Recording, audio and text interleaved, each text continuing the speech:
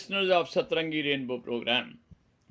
Today, for me, it is a feeling of pleasure and prestige as I present before you an erudite scholar, a renowned writer, a famous historian of international fame. The name of this literary luminary and a significant signature and a vibrant voice in South Asian history is Professor Ishtiaq Ahmed. So, Professor You're very, Ishtiaq Ahmed, we heartily and respectfully welcome you to our Satrangi Rainbow program. Thank you very much, Rajesh Pallan ji. I have been looking forward to our discussion, and today we have the opportunity. Thank you very much. Thanks very much, sir, for giving us your precious time. And let me add here in passing that Professor Ishtiaq Ahmed holds a PhD in English in political science from Stockholm University. At present, he is a professor emeritus of political science at Stockholm University. So, at the outset, without wasting your time, Professor Ishtiaq Ahmed, let me ask you about your formative years. Well, my formative years were spent in Lahore, essentially, where I went to school. You see, I'm born 24th February 1947, just before the partition took place. Right. And my mother was witness to two uh, ghastly events during the partition, which she kept on talking about. And so I grew up trying to find out what the partition was all about, especially what happened in the Punjab. Uh, I went to St. Anthony's High School in Lahore, then FC College, then Punjab University. Did my master's in 1970. Taught for a year and a half at Gordon College, Rawalpindi. Then on the 26th of September 1973, which is soon, I moved to Stockholm, Sweden, where I've stayed since then in Sweden. And so the formative years were all in Lahore with occasional visits to Karachi and so on. Right, sir. Right, sir. So, you have a checkered career. Could you please let me know the personalities who have left an indelible impression on your mind? Well, that would be rather a matter of remembering just now someone and then later on regretting why I didn't remember someone else. Indelible influence on me. There have been so many, I don't think it's any point uh, choosing any one personality. I think I have been influenced by many good people, some that I have met, some whose work I have read, and among my teachers, I would remember at FC College, uh, William Fazal Masih Saab, a Christian Punjabi who was my teacher, and he was quite young when he died in an accident near Multan, and to this day that sorrow is with me. Then I had at Punjab University Professor Khalid Mahmood, who was my teacher. Of course, I have had many close friends, my peers, and many of them have been part of my life. Ali Harun Shah, Khalid Mahmood, Khalid Kareem, sorry, who's dead now, and many others. So, anyone who deeply influenced me when I read about him, or I don't know who to especially point out, because as you grow in age, your heroes also change over time. Right, sir. So, You're right. yeah, so I think I can just talk about my teachers that I have mentioned. That would be good enough. Right, sir. Right, sir. So, Professor Ishtiaq Ahmed, when I read your Yes. book, The Punjab Bloodied, Partition, and Cleansed, I Yeah. was really impressed by that book. And really speaking, that book teased me out of thought, as you have made very glaring comments by describing the real incidents, the gory incidents, and situations prior to the partition of India and Pakistan. And this book has won prizes also, non-fiction prize 2012, Coca-Cola prize, and Karachi Literary Festival. Uh, so my feeling is that if you could please enlighten us, that so much research has gone into that 11 could be years. observed. So how 11 did the years. idea dawn on your mind?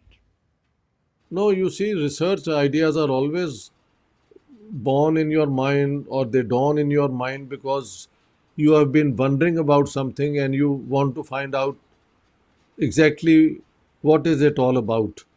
Right. And once you do that, then if you are trained as a academic, you know what methodology to use, what new steps to take, what are the problems in the existing literature, and then you try to come up with better explanations. What I realized was that most of the studies, almost all the studies on what happened in the Punjab in 1947 were based on documents which the British had left behind. And they end on the night of the 14th, 15th of August 1947. Thereafter, the deputy commissioners or the governors and chief ministers on both sides of the Punjab, divided Punjab, did they write the fortnightly reports and so on? Well, if they did, those reports are not in the public. So what do you do then? Because uh, according to the last governor of Punjab, United Punjab, Sir Ahmed Jenkins, by 4th August 1947, he had counted 5,200 dead. And he said by the time the power is transferred, another 5,000 would be dead. So that was a very small number. But when you then looked at what happened subsequently, when power was transferred to both uh, administrations in the divided Punjab, people think that anywhere between, I would say, 750,000 to 800,000 Punjabis were killed uh, in the most gruesome, heinous, savage manner. But the book also brings out those great people who, in those times, held on to a sense of humanity and helped people who were in distress and belonged to the so-called enemy group. So my book brings out what I have called the stark reality of Sadat Hasan Manto and the supreme humanity of Krishan Chandra. Right. Because real life is a combination of both. Right, sir. Right, sir. So I am now reminded of another book by Khushwant Singh, Train to Pakistan. Yeah, So yours book which I'm talking about is a seminal book to my mind. Do you yeah. think, Professor Ahmed, that this partition could be avoided, or was it deliberately engineered by some vested interests? Well, I wish it had been avoided, but I think the British wanted to keep India united, but on their terms, which means a loose India with most powers vested in the provinces and the princely states more or less retaining their independence, short of defense and foreign affairs, and India as a whole being tied through defense treaty to Britain as a member of the Commonwealth. When they realized that may not be possible because the Indian National Congress did not want to be a lackey of any power bloc, they decided to create Pakistan because Mr. Jinnah had uh, uh, had showed an interest in joining the Western pacts against the spread of Soviet communism. I've given that in great detail both in my Punjab book and then in my book in the Pakistan, the garrison state as well, Right, right, why Pakistan was created. And then once again in my latest book on Jinnah, his successes, failures, and role in history, I have a whole section, a chapter, I think 14th or 13th, called The British Decision to Partition India. So I give the reasons why the British finally decided to create Pakistan. right, right, sir.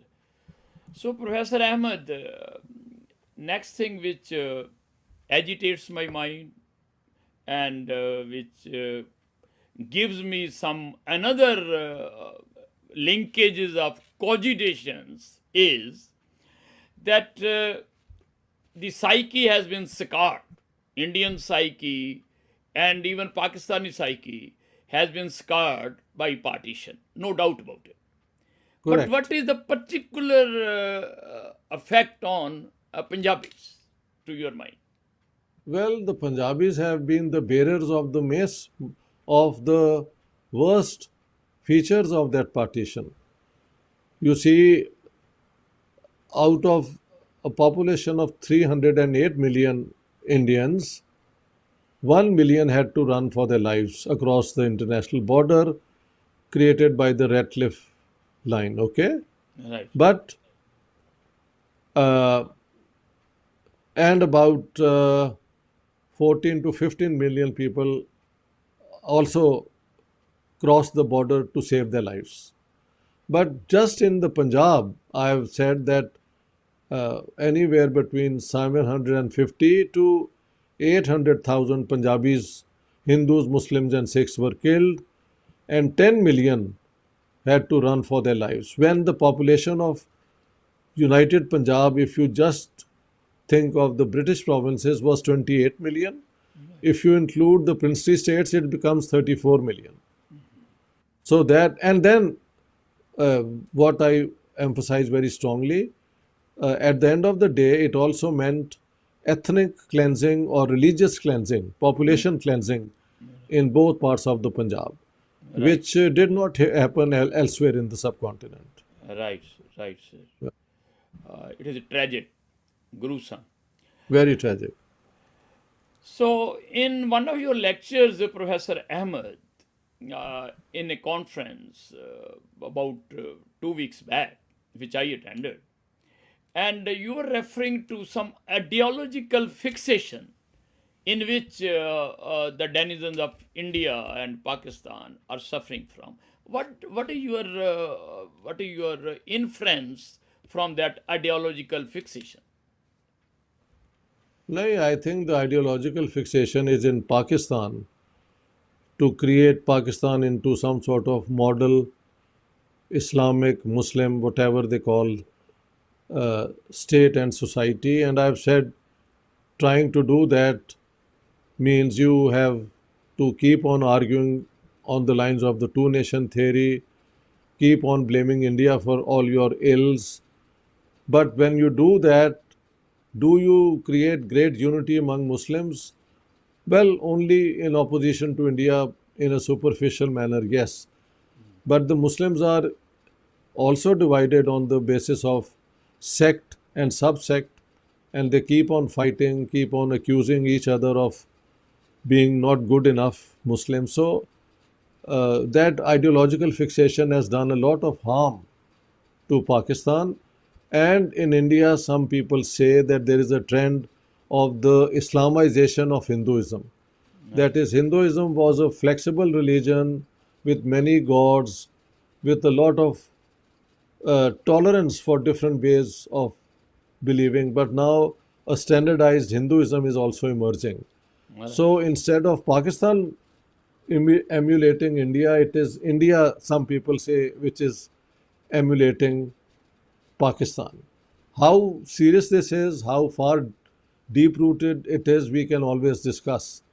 But I think India has should not worry about its identity, about its strength. It has demonstrated both now, and it should continue to be a secular state according to the Constitution of India. Right.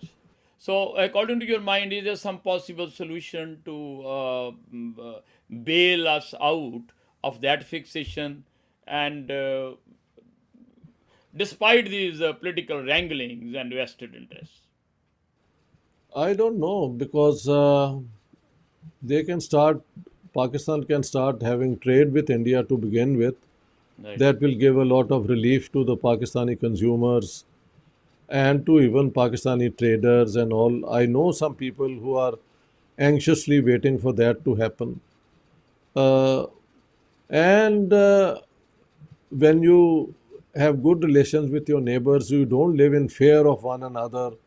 So you can cut your wasteful spending on so-called defense and concentrate on developing your own resources and your country. For example, Bangladesh has not gone into an arms race with India, and that has gained that has been good for Bangladesh.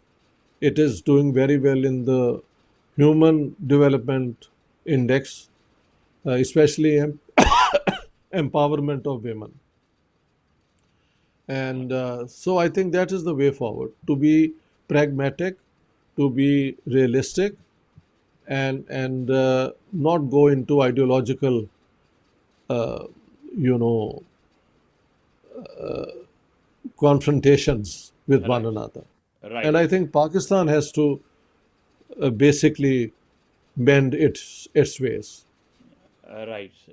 So I totally agree with you on this point that the open trade in between Pakistan and India could be one of the most useful tools to Yes, forge, I think I do. maintain coexistence.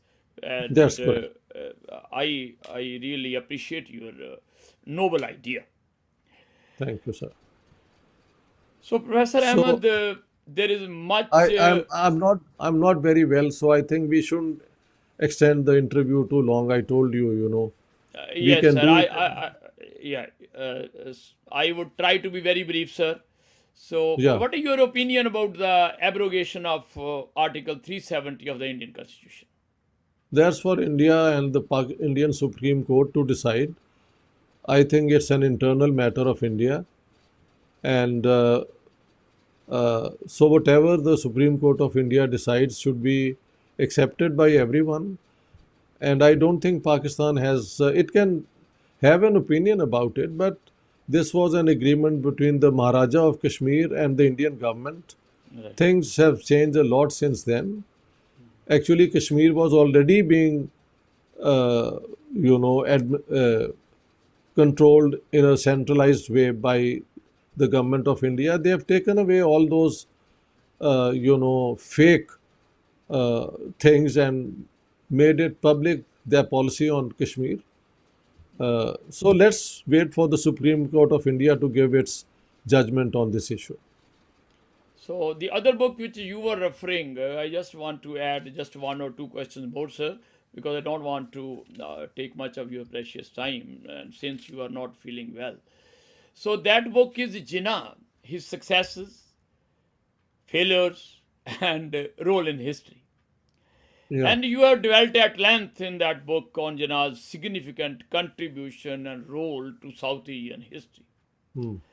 Do you think that Jinnah was misunderstood by some leaders in the Congress party and they wanted to marginalize his role in the annals of South Asian history? And that is why there was a pick or that type of situation that he was disgruntled. Well, Jinnah felt that way. Whether he was justified in feeling that way is a different question. I think there are some instances which Jinnah didn't like in his interaction with Mahatma Gandhi.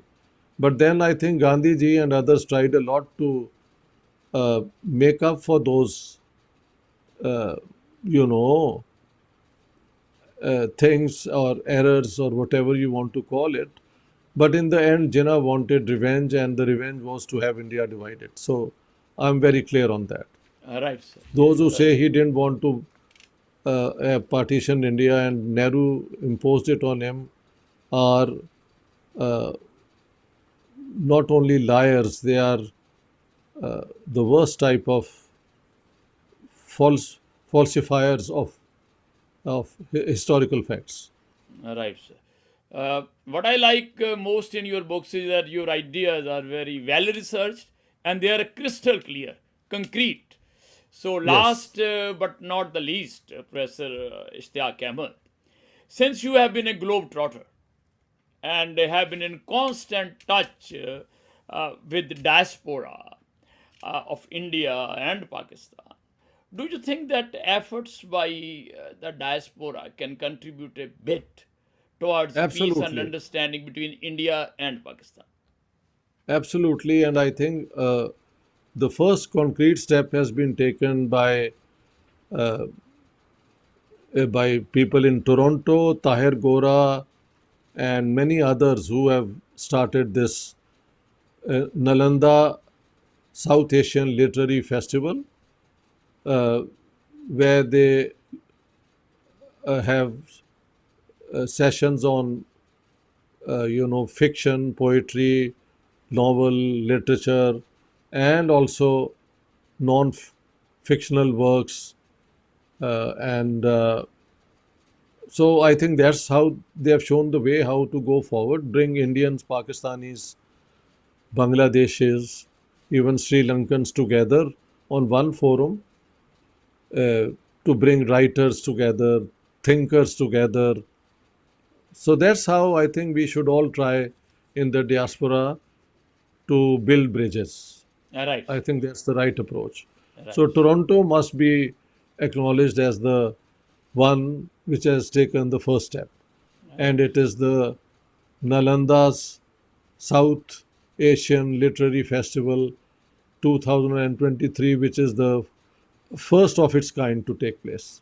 Right, sir. So, in other words, you think that literature can play a very significant role Yeah, in the yes, peaceful coexistence of yeah, in South Asia, and yeah. literature has that power and the capacity to bind people together. So, in the end, I thank you very much for granting your precious time, Professor Ishtiaq Ahmed, and for granting your precious views on our channel Satrangi Rainbow, and for which I am sincerely grateful to you. And I sincerely admire your scholarship and your erudition. Thanks again, Th- Professor Ishtiaq Ahmed, and I Thank wish you you a very long much. and healthy life. Thank you very much, Rajesh Pallan. This was long overdue. We had agreed to do it, and I'm very happy we could do it today. Th- Keep in touch. Please do Thanks so keep much, in sir. touch. Thanks Okay, very much. thank you. Thanks. Thank you. Thanks, sir.